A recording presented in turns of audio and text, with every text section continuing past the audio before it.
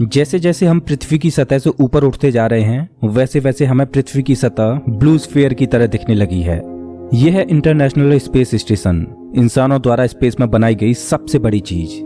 ये 27,580 किलोमीटर प्रति घंटे की रफ्तार से पृथ्वी के चक्कर काट रहा है, जो कि पृथ्वी की सतह से लगभग 400 किलोमीटर ऊपर है। और ये 24 घंटे में लगभग 16 बार पृथ्वी के चारों ओर घूम जाता है। जैसे ही हम इंटरनेशनल स्पेस स्टेशन से और ऊपर जाते हैं तो हमें इंसानों द्वारा बनाई गई कुछ और चीजें दिखाई देती हैं। सैटेलाइट्स। अंतरिक्ष में इंसानों द्वारा भेजी गई हजारों सैटेलाइट्स पृथ्वी का चक्कर काट रही हैं। सैटेलाइट्स का अंतरिक्ष में एक जाल सा बिछा हुआ है। चलिए और ऊपर चलते हैं। इतने ऊपर से पृथ्वी का नजारा तो देखिए, कितना खूबसूरत लग रहा है हमारा ये नीला ग्रह। हम पहुंच चुके हैं चांद के पास। हमसे पहले यहाँ पर 12 एस्ट्रोनॉट्स आ चुके हैं, जिनमें नील आर्मस्ट्रांग पहले व्यक्ति थे जो इसकी सतह पर उतरे थे, और उनके पैरों के निशान आज भी चांद की सतह पर देखे जा सकते हैं। चांद पर कोई वायुमंडल नहीं है, इस वजह से ये निशान सदियों तक ऐसे ही बने रहेंगे। हम अभी अपने घर से लगभग 4 लाख किलोमीटर दूर हैं और चंद्रमा से हमारा ग्रह कुछ इस तरह का दिखाई देता है। ऐसा लग रहा है जैसे अंतरिक्ष में एक ब्लू मार्बल रखी हो। चांद की सतह एक बैटल फील्ड की तरह लग रही है, जिसने पिछले अरबों सालों से कॉमेट्स और एस्ट्रॉइड्स की मार को झेला है। चांद का कोई वायुमंडल नहीं है जो कि कॉमेट्स या एस्ट्रॉइड्स को स्पेस में ही जला दे। सौभाग्य से हमारी पृथ्वी का वायुमंडल है जो हमें स्पेस से आने वाले खतरों से बचाता है। चलिए अंतरिक्ष में एक लंबी छलांग लगाते हैं। ये है हमारे सौर मंडल का सबसे चमकीला ग्रह वीनस। इसको पृथ्वी की छोटी बहन बोला जाता है क्योंकि ये पृथ्वी की ही तरह रॉकी प्लैनेट है, जिसकी ग्रेविटी लगभग पृथ्वी के ही समान है। लेकिन ये ग्रह एक नर्क की तरह है क्योंकि इस पर होती है भयंकर बारिश, पानी की नहीं बल्कि एसिड की। इसके एटमॉस्फेयर में जो बादल दिखाई दे रहे हैं वो सल्फ्यूरिक एसिड के हैं। हमारे सौरमंडल में सिर्फ वीनस ही एकमात्र ऐसा ग्रह है जिस पर सबसे ज्यादा ग्रीन हाउस इफेक्ट होता है। सूर्य की गर्मी इस पर आती तो है लेकिन वापस नहीं जा पाती, जिस वजह से हीट इसके एटमॉस्फेयर के अंदर ट्रैप होकर रह जाती है। यही कारण है कि शुक्र ग्रह हमारे सौरमंडल का सबसे गर्म ग्रह है, जिसका तापमान 465 डिग्री सेल्सियस है। इसकी सतह पर काफी मात्रा में ज्वालामुखी मौजूद हैं, जो इस ग्रह को और ज्यादा खतरनाक बनाते हैं। इस एंग्री प्लैनेट पर कुछ भी सरवाइव नहीं कर सकता। चलिए अपनी जर्नी को और आगे बढ़ाते हैं। यह है सूर्य के सबसे पास मौजूद ग्रह मरकरी। इस ग्रह की धरती हमारे चंद्रमा जैसी नजर आती है, जिस पर बड़े बड़े गड्ढे मौजूद हैं। इस ग्रह के दिन और रात के टेम्परेचर में बहुत ज्यादा डिफरेंस है। रात के समय में इसका तापमान -170 डिग्री सेल्सियस पहुंच जाता है, तो दिन के समय में 400 डिग्री सेल्सियस को भी पार कर जाता है। चलिए आगे बढ़ते हैं। यह है हमारा भगवान। यही है जो अपनी ऊर्जा से पृथ्वी पर जीवन को चला रहा है। अगर ये न होता तो हम न होते। पृथ्वी से लगभग 150 मिलियन किलोमीटर दूर मौजूद ये तारा इतना बड़ा है कि इसमें लाखों पृथ्वियां समा जाएं। सूर्य इतना भारी है कि इसकी ग्रेविटी पूरे सोलर सिस्टम को कंट्रोल कर रही है। इससे निकलने वाली लपटें इतनी बड़ी होती हैं कि सूर्य की सतह से हजारों किलोमीटर ऊपर तक चली जाती हैं। चलिए अपनी यात्रा को आगे बढ़ाते हैं। यह है पृथ्वी का सबसे नजदीकी ग्रह मंगल। इसकी धरती लाल है, इस वजह से इसे लाल ग्रह भी बोला जाता है। वैज्ञानिक मंगल ग्रह के बारे में जानने के लिए बड़े ही उत्सुक हैं, क्योंकि वैज्ञानिक कहीं ना कहीं ये अनुमान लगाते हैं कि मंगल ग्रह हमारा पास्ट है। वैज्ञानिक मानते हैं कि अतीत में मंगल की धरती पर जीवन फला फूला होगा। मंगल की धरती पर भी सागर मौजूद थे, नदियां मौजूद थीं, इसका खुद का एक एटमॉस्फेयर था। लेकिन आज ये ग्रह वीरान और बंजर पड़ा है। आज वैज्ञानिक इस ग्रह पर सूक्ष्म रूप में ही सही बैक्टीरिया के रूप में जीवन खोजने में जुटे हैं और वैज्ञानिक इस ग्रह पर भविष्य में बस्तियां बसाने की सोच रहे हैं। अगर हम मंगल पर आए हैं तो हम इसे कैसे मिस कर सकते हैं। यह है ओलंपस मॉन्स, एक प्राचीन ज्वालामुखी। मंगल की धरती पर ज्वालामुखी से बना ये पहाड़ पृथ्वी की सबसे ऊंची चोटी माउंट एवरेस्ट से भी लगभग 3 गुना ऊंचा है और ये हमारे सोलर सिस्टम की सबसे ऊंची चोटी है। अगर मंगल की धरती से हम अपने ग्रह पृथ्वी को देखें तो ये कुछ इस तरह की दिखाई देती है। अब आगे की यात्रा थोड़ी सी डरावनी होने वाली है, क्योंकि अब हम एस्ट्रॉयड बेल्ट में प्रवेश कर रहे हैं, जो कि मंगल और बृहस्पति ग्रह के बीच मौजूद है। बड़ी बड़ी और विशालकाय चट्टानें जो कि सूर्य के चारों ओर घूम रही हैं। इस एस्ट्रॉयड बेल्ट में इतनी बड़ी बड़ी चट्टानें मौजूद हैं कि अगर ये सब आपस में मर्ज हो जाएं, तो इनसे एक बड़े ग्रह का निर्माण हो सकता है। इस बेल्ट में इतने बड़े बड़े एस्ट्रॉयड्स मौजूद हैं कि इन पर एक बड़ा शहर बसाया जा सके। जैसा कि हम जानते हैं कि 4.5 बिलियन साल पहले हमारे सौर मंडल में ग्रह बने, लेकिन एस्ट्रॉयड बेल्ट में मौजूद ये मलबा जैसा का तैसा रह गया। एस्ट्रॉयड बेल्ट में मौजूद मलबा एक प्लैनेट बन सकता था, लेकिन एक बड़ी शक्ति ने इस मलबे को प्लैनेट नहीं बनने दिया, और वो शक्ति थी जुपिटर। जुपिटर की हाई ग्रेविटी ने एस्ट्रॉयड बेल्ट के एस्ट्रॉयड्स को प्लैनेट नहीं बनने दिया। जुपिटर हमारे सोलर सिस्टम का सबसे बड़ा प्लैनेट है और इसके ढेर सारे चंद्रमा हैं। ये इतना बड़ा है कि हमारे सोलर सिस्टम के अन्य सभी प्लैनेट्स को मिलाकर भी इतना बड़ा ग्रह नहीं बनाया जा सकता। ये है जुपिटर का ग्रेट रेड स्पॉट। ये लाल धब्बा जुपिटर की सतह पर सदियों से चला आ रहा है। ये एक विशाल तूफान है। ये रेड स्पॉट इतना बड़ा है कि इसमें 3 पृथ्वियां आ जाएं। जुपिटर एक गैसीय प्लैनेट है, इस वजह से इसकी सतह पृथ्वी की तरह ठोस नहीं है। अगर आप जुपिटर की सतह पर उतरे तो आप इसकी सतह पर खड़े नहीं हो सकते, बल्कि सीधे इसके अंदर चले जाओगे। जुपिटर जितना वायलेंट और विनाशकारी है, वहीं इसके चंद्रमा जीवन के पनपने के लिए आइडियल साबित होते हैं। जुपिटर के दर्जनों चंद्रमाओं में से एक है यूरोपा, जो कि पूरी तरह बर्फ की मोटी चादर से ढका हुआ है। वैज्ञानिक मानते हैं कि यूरोपा की सतह पर जमी हुई बर्फ के नीचे पानी तरल रूप में मौजूद है। इस पर पानी का तरल रूप में होना जीवन के होने की संभावनाओं को बढ़ा देता है। हमारे सोलर सिस्टम में बृहस्पति ग्रह के चंद्रमा यूरोपा पर वैज्ञानिक जीवन होने की प्रबल संभावनाएं जताते हैं। हमारा अगला पड़ाव है हमारे सौर मंडल का सबसे खूबसूरत प्लैनेट सैटर्न। शनि ग्रह के छल्ले इसकी सुंदरता में 4 चांद लगाते हैं, जो कि इसकी सतह से लाखों किलोमीटर ऊपर तक फैले हैं। शनि ग्रह को अपने सोलर सिस्टम का ताज माना जाता है।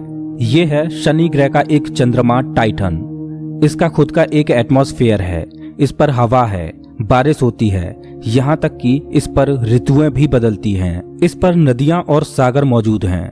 ये चंद्रमा देखने में लगभग पृथ्वी की ही तरह है, लेकिन इस पर जो नदियां और सागर हैं वो पानी के नहीं बल्कि लिक्विड नेचुरल गैस के हैं। अगर हम किसी भी तरह इस नेचुरल गैस को पृथ्वी पर ला पाएं तो ये इतनी ज्यादा है कि हजारों सालों तक ये हमारे शहरों को रोशन कर सकती है। वैज्ञानिक अनुमान लगाते हैं कि अरबों साल बाद जब सूर्य गर्माने लगेगा और एक रेड जाइंट बन जाएगा, तब टाइटन हैबिटेबल जोन में होगा। उस समय टाइटन पर पृथ्वी जैसी परिस्थितियां मौजूद होंगी। इस वजह से वैज्ञानिक टाइटन को भविष्य की पृथ्वी मानते हैं। अभी हम अपने घर से इतने दूर आ चुके हैं कि यहाँ से हमारी पृथ्वी एक डॉट की तरह दिखाई देती है। अब जैसे जैसे हम अंतरिक्ष की गहराई में और आगे बढ़ते जाएंगे, वैसे वैसे पृथ्वी हमारी आंखों से ओझल होती जाएगी। हमारा अगला पड़ाव है यूरेनस। प्राचीन समय में यूरेनस और नेपच्यून के बारे में कोई भी जानकारी नहीं थी, जब तक कि टेलीस्कोप का आविष्कार नहीं हुआ। हमारी सौर व्यवस्था का सबसे आखिरी प्लैनेट है नेपच्यून। हमारा सोलर सिस्टम बहुत बहुत बड़ा है, लेकिन नेपच्यून के बाद भी हमारा सोलर सिस्टम खत्म नहीं हो जाता। अपने सोलर सिस्टम की गहराई में हम आगे बढ़ते हैं तो हम पहुंच जाते हैं कुइपर बेल्ट में, जो पिछली एस्ट्रॉयड बेल्ट से 20 गुना चौड़ी और 200 गुना ज्यादा फैली है। ग्रहों की लिस्ट से बेदखल किया जाने वाला प्लूटो भी इसी कुइपर बेल्ट का सदस्य है। कुइपर बेल्ट में एस्ट्रॉयड बेल्ट से भी ज्यादा बड़े बड़े ऑब्जेक्ट्स मौजूद हैं, जिनकी खुद की ग्रेविटी की वजह से इनके चंद्रमा भी हैं। चलिए कुइपर बेल्ट को पार करके आगे चलते हैं। हमारी पृथ्वी से 13 बिलियन किलोमीटर दूर ये है सूर्य से सबसे दूर मौजूद ऑब्जेक्ट सेडना। ये एक बौना ग्रह है, जो एक ऐसा स्पेस ऑब्जेक्ट है जो सबसे दूर सूर्य की परिक्रमा कर रहा है। इसकी खोज 2003 में हुई थी। ये सूर्य की एक परिक्रमा 10,000 सालों में पूरी कर पाता है। चलिए अब अपने सोलर सिस्टम से बाहर का रुख करते हैं। अभी हम इंटरस्टेलर स्पेस में प्रवेश कर चुके हैं। ये पृथ्वी से अब तक 19 अरब किलोमीटर दूर जा चुका है। इस स्पेसक्राफ्ट ने अंतरिक्ष के काफी सवालों से पर्दा उठाया है। ये बंदूक से निकली बुलेट से भी 20 गुना तेज ट्रेवल कर रहा है। चलिए अपनी यात्रा को और आगे बढ़ाते हैं। अभी हम अपने सोलर सिस्टम की हदों से इतने दूर आ चुके हैं कि यहाँ से हमारा सूर्य एक आम तारे की तरह दिखाई दे रहा है, लेकिन इतनी दूर से भी इसकी ग्रेविटी को महसूस किया जा सकता है, क्योंकि अरबों की संख्या में यहाँ पर कॉमेट्स को देखा जा सकता है जो सूर्य की ग्रेविटी से बंधे हुए हैं। इन कॉमेट्स में इतना ज्यादा पानी है कि अगर ये सब इकट्ठे हो जाएं, तो ये पृथ्वी से भी ज्यादा बड़े और गहरे सागरों को भर दें। वैज्ञानिक मानते हैं कि पृथ्वी पर ज्यादातर पानी कॉमेट्स के द्वारा ही आया है। पेंसपर्मिया थ्योरी के अनुसार पृथ्वी पर जीवन कॉमेट्स के द्वारा ही धरती पर आया। अंतरिक्ष में तैर रही इन छोटी छोटी बर्फीली चट्टानों में जीवन सूक्ष्म रूप में बैक्टीरिया की फॉर्म में मौजूद हो सकता है। कॉमेट्स का एक विशाल बादल हमारे सौर मंडल को घेरे हुए है, जिसे ऑर्ट क्लाउड बोला जाता है। ऐसा माना जाता है कि ये ऑर्ट क्लाउड हमारे सौर मंडल की ग्रेविटी की आखिरी सीमाओं पर है। इसके बाद सूरज की ग्रेविटी कमजोर पड़ने लगती है, जिस वजह से इसके बाद सूरज का खिंचाव बहुत कम रह जाता है। अब यहाँ से आगे की यात्रा एक अननोन और रहस्यमयी स्पेस में होगी, जहाँ घुप अंधेरा है। यहाँ इतना अंधेरा है कि हम अपनी आंखों से भी कुछ भी नहीं देख पाएंगे। यहाँ देखने के लिए हमें इंफ्रारेड विजन की जरूरत पड़ेगी।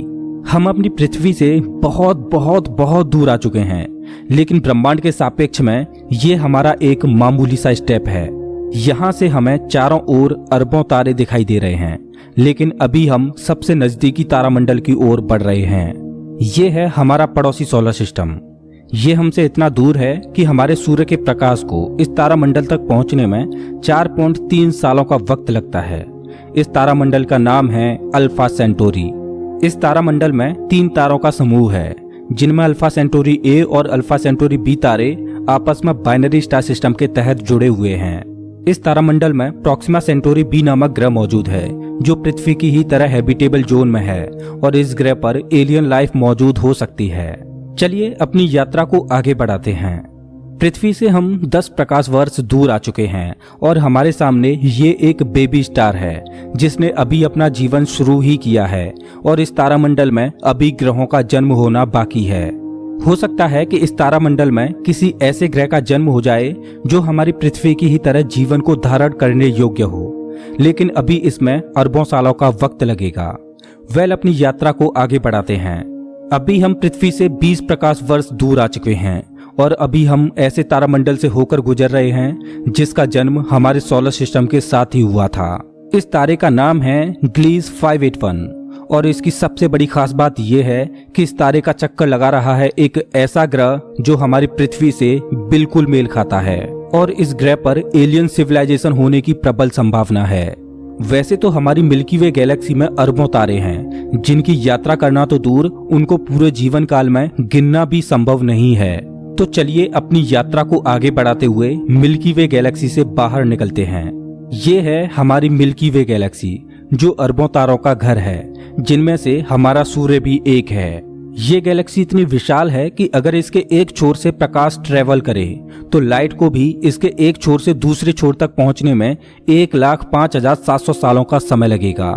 लेकिन ब्रह्मांड में मौजूद बड़ी बड़ी विशालकाय गैलेक्सियों के सामने हमारी गैलेक्सी कुछ भी नहीं। यूनिवर्स में मिल्की वे से भी कई गुना बड़ी गैलेक्सियां मौजूद हैं। तो चलिए अपने सोलर सिस्टम और अपनी गैलेक्सी को पीछे छोड़ते हुए इंटर गैलेक्टिक स्पेस में प्रवेश करते हैं। इंटर गैलेक्टिक स्पेस में प्रवेश करके हमें दूर दूर तक अरबों गैलेक्सियां दिखाई दे रही हैं, लेकिन ये सभी गैलेक्सियां झुंड में हैं और ये है हमारी गैलेक्सियों का झुंड, जिसमें हमारी गैलेक्सी मिल्की वे और अन्य पड़ोसी गैलेक्सियां मौजूद हैं। गैलेक्सियों के इस छोटे से झुंड को लोकल ग्रुप बोला जाता है। गैलेक्सियों का ये लोकल ग्रुप 10 मिलियन प्रकाश वर्ष में फैला हुआ है। हमें अन्य गैलेक्सियों के झुंड दिखाई देते जा रहे हैं और उनमें भी हमारे लोकल ग्रुप की तरह गैलेक्सियां मौजूद हैं। गैलेक्सियों के कई लोकल ग्रुप्स को मिलाकर एक सुपर क्लस्टर बनता है। अभी हमारे सामने जो मौजूद है वो है वर्गो सुपर क्लस्टर। इसी वर्गो सुपर क्लस्टर में हमारी गैलेक्सियों का लोकल ग्रुप भी शामिल है और हमारी गैलेक्सियों का लोकल ग्रुप इस छोटे से पैच में है। अब सूर्य को तो छोड़ो, यहाँ तक कि अपनी गैलेक्सी को भी छोड़ो, हमारी गैलेक्सियों का लोकल ग्रुप ही एक छोटे से पैच के समान दिखाई दे रहा है। कितना विशाल है ना वर्गो सुपर क्लस्टर। इस वर्गो सुपर क्लस्टर में 100 से ज्यादा गैलेक्सियों के लोकल ग्रुप शामिल हैं और ये 110 मिलियन प्रकाश वर्ष में फैला हुआ है। चलिए अपनी यात्रा को और आगे बढ़ाते हैं। अरे ये क्या, जैसे जैसे हम आगे बढ़ते जा रहे हैं वैसे वैसे हमें वर्गो सुपर क्लस्टर जैसे अनगिनत सुपर क्लस्टर्स दिखाई दे रहे हैं। इस सुपर क्लस्टर्स के समूह को नाम दिया गया है लेनियाकेया सुपर क्लस्टर और हमारा वर्गो सुपर क्लस्टर यहाँ पर है, एक छोटे से पैच के समान, जिसमें हमारी गैलेक्सियों का लोकल ग्रुप एक डॉट की तरह भी दिखाई नहीं दे रहा है। जैसे जैसे हम आगे बढ़ते जा रहे हैं वैसे वैसे लेनियाकेया सुपर क्लस्टर भी छोटा होता जा रहा है और इतनी दूर से देखने पर लेनियाकेया सुपर क्लस्टर भी एक छोटे से पैच की तरह दिखाई दे रहा है। ओह माय गॉड, मेरा तो दिमाग ही घूम गया। खैर अपनी यात्रा को और आगे बढ़ाते हैं। यह है हमारा ऑब्जर्वेबल यूनिवर्स, जिसमें हमारा लैनिया सुपर क्लस्टर एक छोटे से डॉट की तरह मौजूद है। लेकिन क्या यही हमारी यात्रा खत्म हो जाती है? क्या इतना ही बड़ा है ब्रह्मांड? जैसा कि मैंने अभी बोला, यह है ऑब्जर्वेबल यूनिवर्स, यानी ज्ञात ब्रह्मांड। ब्रह्मांड के बारे में हम जो भी जानते हैं वो केवल यहीं तक जानते हैं। हो सकता है कि ब्रह्मांड का विस्तार आगे भी हो, जो अनंत तक चलता जा रहा हो, लेकिन वहां से हम तक कोई प्रकाश ही नहीं पहुंच पा रहा हो, जिससे हमें ऑब्जर्वेबल यूनिवर्स के बाहर का भी पता चल सके। वैज्ञानिक ये भी अनुमान लगाते हैं कि हो सकता है कि हमारे यूनिवर्स जैसे असंख्य यूनिवर्स और मौजूद हो सकते हैं, जिनमें हमारा ये ब्रह्मांड एक विशाल सागर में एक छोटी सी बूंद के समान हो। खैर, मल्टीवर्स यानी एक से ज्यादा ब्रह्मांडों का अस्तित्व है कि नहीं, ये कोई नहीं जानता, और ना ही हमारे पास मल्टीवर्स यानी महाब्रह्मांड के कोई सबूत हैं। लेकिन ये तो तय है कि ऑब्जर्वेबल यूनिवर्स ही ब्रह्मांड का अंत नहीं हो सकता। इसके बाहर भी कुछ न कुछ मौजूद है, जिसका हमें कोई भी ज्ञान नहीं। लेकिन वो क्या हो सकता है? हो सकता है कि हमारा ऑब्जर्वेबल यूनिवर्स भी महाब्रह्मांड में एक छोटे से पैच के समान हो।